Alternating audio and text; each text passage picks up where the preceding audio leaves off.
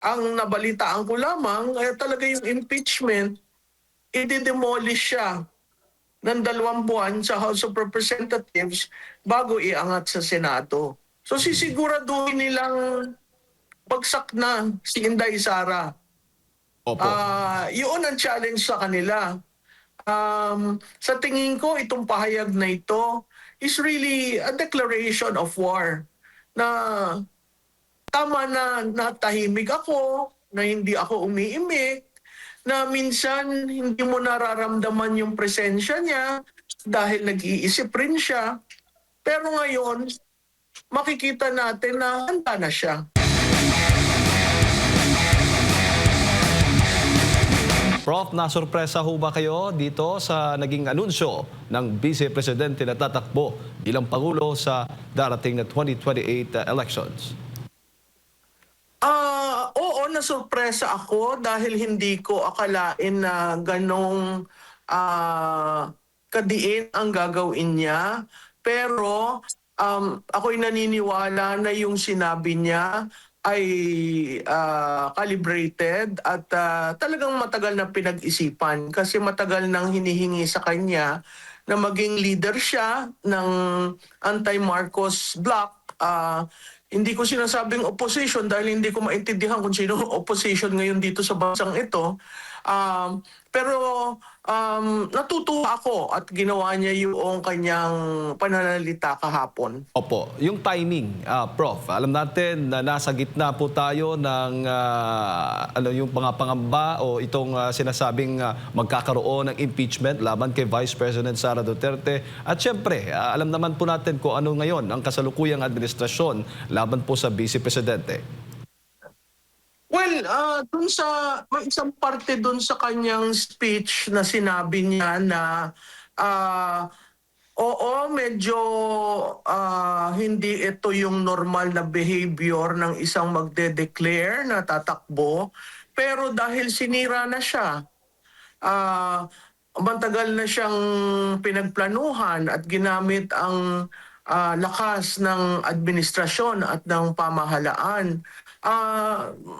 Tama lamang yung kanyang mga rason kasi ano pa ba naman pagsira ang gagawin sa kanya. Pangalawa, siguro ang mahalaga dyan, Admar, nakita natin may humabol pa ng impeachment, no? Na fourth impeachment. Hindi yun sa numero ng impeachment eh. Dun sa charges na mapapagpatotoo later on during the hearing. Pero ang pinaka klarado doon, naiba niya yung arena ng gagalawan sa impeachment. Noong una, na walang pananalita o pahayag niya, siya ay tinataguri ang defendant, no? Ngayon, ay siya ang frontrunner. So naiba yung arena ng impeachment. Hindi na lamang siya yung hinahatulan at tinatapunan ng kung ano-ano. Pero ito, siya ay naging frontrunner para sa 2028. Alam mo, Jade, kung titingnan mo yung announcement niya, ang meron lang sa likod niya yung bandila. Wala yung Vice President seal, wala yung flag ng Vice President. So talagang purposely ginawa niya yun para ipakita sa taong bayan, ako yung ordinaryong sarang humaharap sa inyo. Hindi niya dinadala yung institusyon dito sa marumi at demolition na gagawin sa kanya. Pero nagbigay siya ng hudyat sa mga congressman, hindi na lamang ako defendant, ako ay tatakbo sa 2028. Sa tingin ko, yun ang pinakamahalaga na mensahe niya dito sa magiging impeachment ng Vice Presidente. Magkakaroon ng pagbabago, Prof. Baga ngayon, kung ako'y isang kandidato o may planong tatakbo sa darating na eleksyon, ay baga mag-iisip na ako, magdadalawang isip na ako kung kokontra ako dito sa pangalawang Pangulo na nagdeklara na ng kanyang plano sa darating na eleksyon. Oo, alam mo, clearly, binago niya yung terrain na gagalawan. So, ang hinuhusgahan nyo, isang tatakbo sa pagka-presidente. Hindi lang naman yun tuon sa mga legislators, tuon rin yun sa mga stakeholders sa 2028. Ah, Talagang minarkahan niya yung lupa, no? Talagang madiin yung linya na linagay niya. At makikita natin doon na ah, yung impact ng announcement niya buong araw kahapon hanggang sa Senate session, sa House session. Sa House session may tumulig sana. Sa Senado, nag-suspend sila ng matagal. Maraming pinag-uusapan yung ginawa ni Vice Presidente, no? Tama ba? Strategic ba? Sinagot niya lahat yon at klarado doon sa minention niya mga siyam na paghingi niya ng tawad. Clearly, yung siyam na yon, yun ang plataforma niyang titindigan. At clearly, sinabi niya yon, hindi mahalaga sa akin sirain niyo ang pangalan ko. Mahalaga sa akin ang kinabukasan ng mga Pilipino, kabataan. So, pag tiningnan mo yung 5 pahinang pahayag, meron siyang ina-address at pinapatungkulan kung inyo lamang pakikinggan at hindi isinasara o linalagyan ng bias ang inyong mga isip.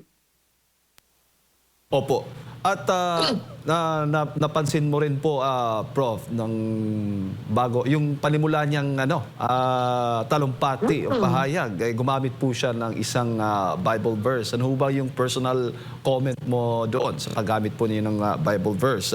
Binanggit niya yung Proverbs 19:21, many are the plans in a person's heart, but it is the Lord's purpose that prevails. Oo, kasi alam mo nung umpisa pa yan, parang sinabi niya doon sa pahayag niya, unang buwan pa lang.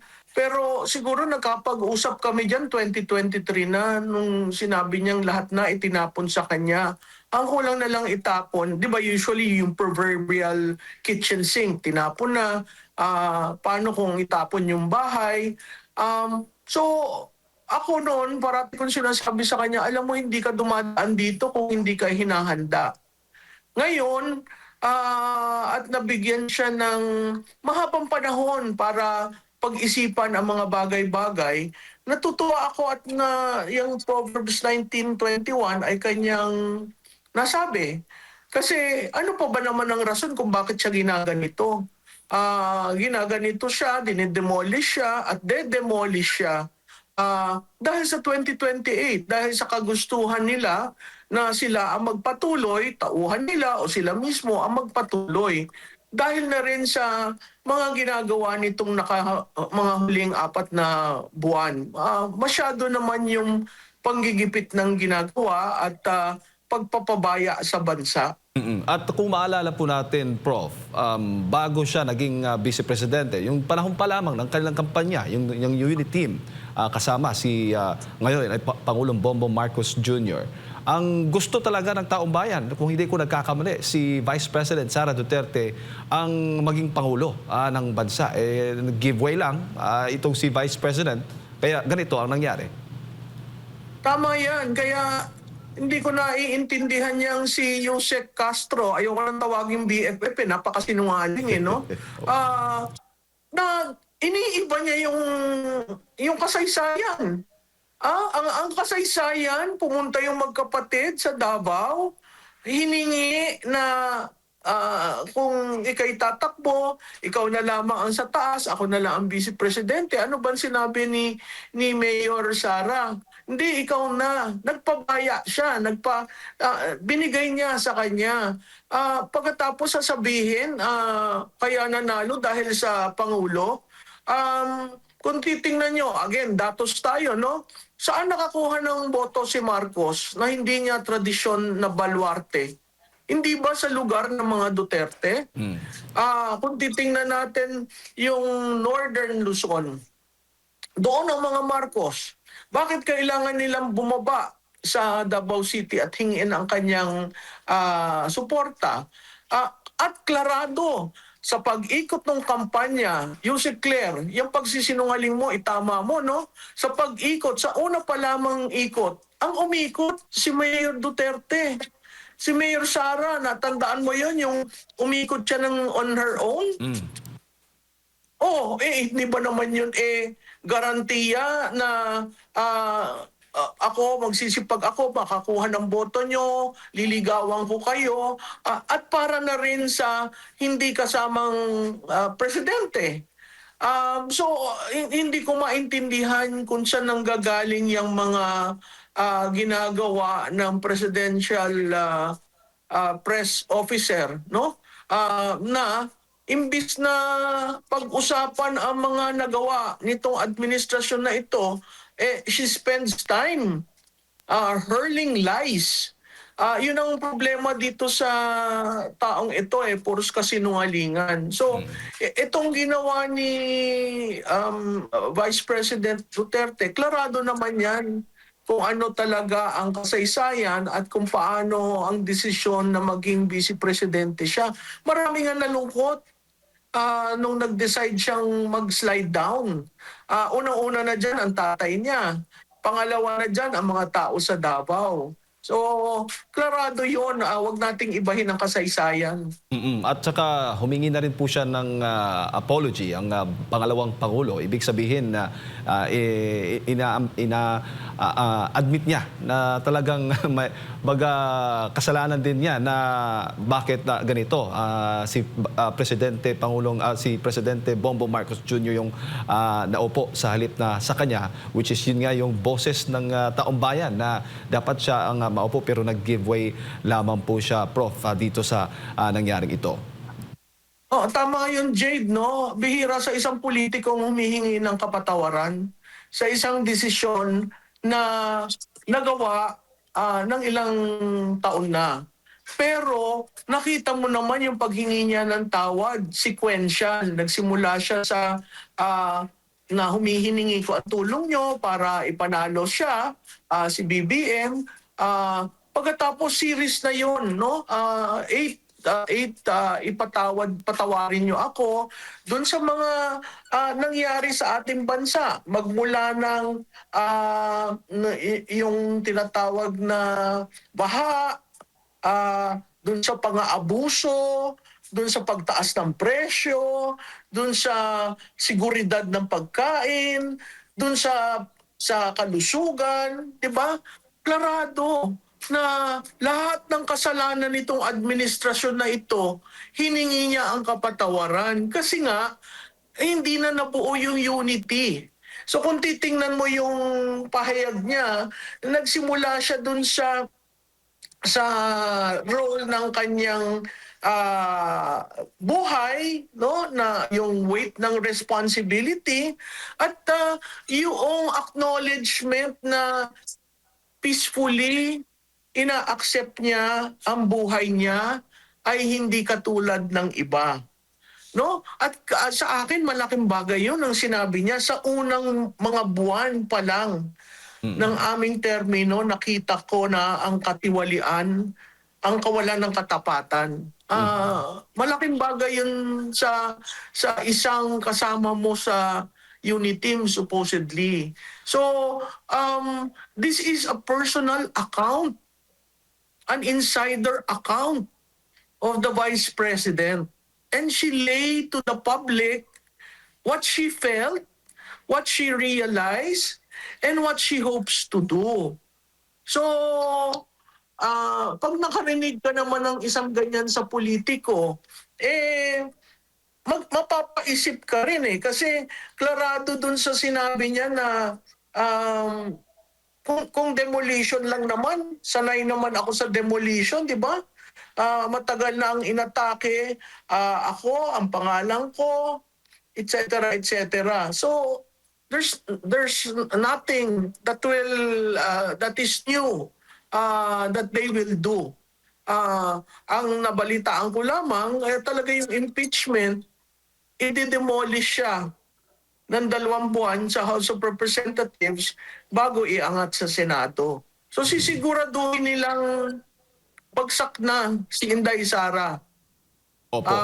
Yun ang challenge sa kanila. Sa tingin ko, itong pahayag na ito is really a declaration of war na tama na natahimik ako, na hindi ako umiimik, na minsan hindi mo nararamdaman yung presensya niya dahil nag-iisip rin siya. Pero ngayon, makikita natin na handa na siya. Dahil nasubukan na itong desisyon niya, na proseso na sa maraming mga challenges na pinagdaraanan. At alam niya mismo, Prof, yung magiging kahihinatnan ng kanyang desisyon ngayon bilang isang vice presidente. Kaya nga sa Bisaya, Prof, parang ang tawag namin yan, lunod patay na. Binabanatan ka na. Magpabanat ka na ng magpabanat. Kasi alam mo naman na yan talaga ang gagawin nila sa darating, lalo na't malapit na ang 2028 elections. Ngayon pa lamang ay alam natin at kayo mismo nagsasabi na sa marami natin mga panayam na pinaghahanda na itong darating na eleksyon. Oo, tama yan, MJ, no? Ibuhos na nila kung anong gusto nilang ibuhos. Pero sa tingin ko, hindi tatahimik ang ating Vice Presidente. Itong kanyang pahayag ay hudyat na ready siya, dedepensahan niya ang pangalan niya, at dedepensahan niya ang taong bayan. Kaya humingi na siya ng tawad sa taong bayan eh. Hindi mo siya humihingi ng tawad dyan sa mga nakaupo. Diba? Wala rin siyang sinabi tungkol sa tatay niya. 'Di ba? Ang lahat sinasabi, hindi gaganti yan. Pero pinababayaan niya yung proseso dahil ang sabi nga niya previous to this pahayag, hindi siya ang hihingi ng tulong sa Pangulo dahil ang gumawa ng problema sa tatay niya ay ang Pangulo. So sila ang dapat magresolba nun. No, tama naman yon. Opo. Pero makikita mo kung yung administrasyon went to that far para lamang siya durugin, they will do whatever para siguraduhin na siya ay hindi na contender sa 2028. Ang kagandahan, alam mo marami nagsasabi, ay maaga yan, 28 months, Yeah. masyadong maaga at baka dudurugin ang dudurugin. Marami kasing kailangan gawin eh. Wala siyang partido, wala siyang pondo, di ba? Ito ang ang tingin ko, magiging kampanya ito na ang taong bayan mismo ang gagalaw. Yes. Opo. At parati ko ang sinasabi, ang 2028, dyan sa mga kongresista na na-involve sa nakawan ng 1.5 trillion, ang sinasabi ko sa inyo, this is an anti-incumbency campaign for 2028. Opo. Tingnan natin kung sinong tatayo sa dulo. Opo, bago ko lang ipasok kay Partner Admar, nakikita naman po natin, Prof, sa inyo pong mga surveys na isinasagawa at iba pang mga surveys, kahit dinudurog na itong si VP Sara, simula pa nga lang ng kanilang termino, malakas pa rin po ang tiwala, mataas pa rin ang tiwala ng taong bayan sa kanya.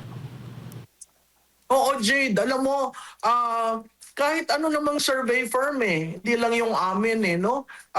Kahit na yung survey na pinapaboran yung mga ilan dyan, makikita mo yung tiwala. Sa akin ang mahalaga kasi yung trust. Yung tiwala. Kung mataas ang tiwala mo, madali mo ma-convert yan sa boto, sa preference. So, oo, nag-nosedive. Hindi naman nosedive, bumaba, incrementally bumaba. At yun ay dahil sa pagbanat sa kanya. At siguro yung merong instances dyan na sinagot niya dahil sa galit niya. Alam mo si Vice Presidente kasi normal na tao, you see what you get. Di ba? Siya yon. So kung galit siya, galit siya.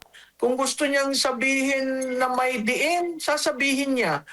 Hindi siya yung mold ng politiko na alam natin na magsusugarcoat, na magpapadulas, na gagamit ng kapangyarihan para makuha yung nais niya. Iba siya. Kaya ang hirap intindihin, sabi nga ni Congressman Erice, natatakot daw kahit daw yung mga civil society group, no? Natatakot ka dahil hindi mo kinikilala. Natatakot ka dahil ayaw mo siyang kausapin, ayaw mo siyang pakinggan. Natatakot ka dahil nabubuo yung mga pananaw na ilinagay sa utak ninyo na si Sara Duterte ganito, ganyan, ganyan. At mas malala pa sa tatay. So, yung myth na yan, na sinabi rin ng tatay niya, di ba, creates that image. Pero kung makilala mo siya, makausap mo siya, diretsong tao. Hindi nga magbi-meeting ng pagkahaba-haba eh. Sasabihin talaga sa'yo. At kung may tanong siya, sasabihin niya sa'yo, hindi siya yung politiko na mag-iisip ng, itanong ko kaya ito? Baka sabihin naman, hindi ko alam. Hindi. So she is not in the mold of previous politicians. Kaya hindi maintindihan nung nasa kabila. Pero yung supporter niya, alam mo, ang isa pa, Jade, na magandang nangyari, lumakas ang ground dahil sa announcement niyang ito. Ngayon may leader na ang anti-Marcos bloc.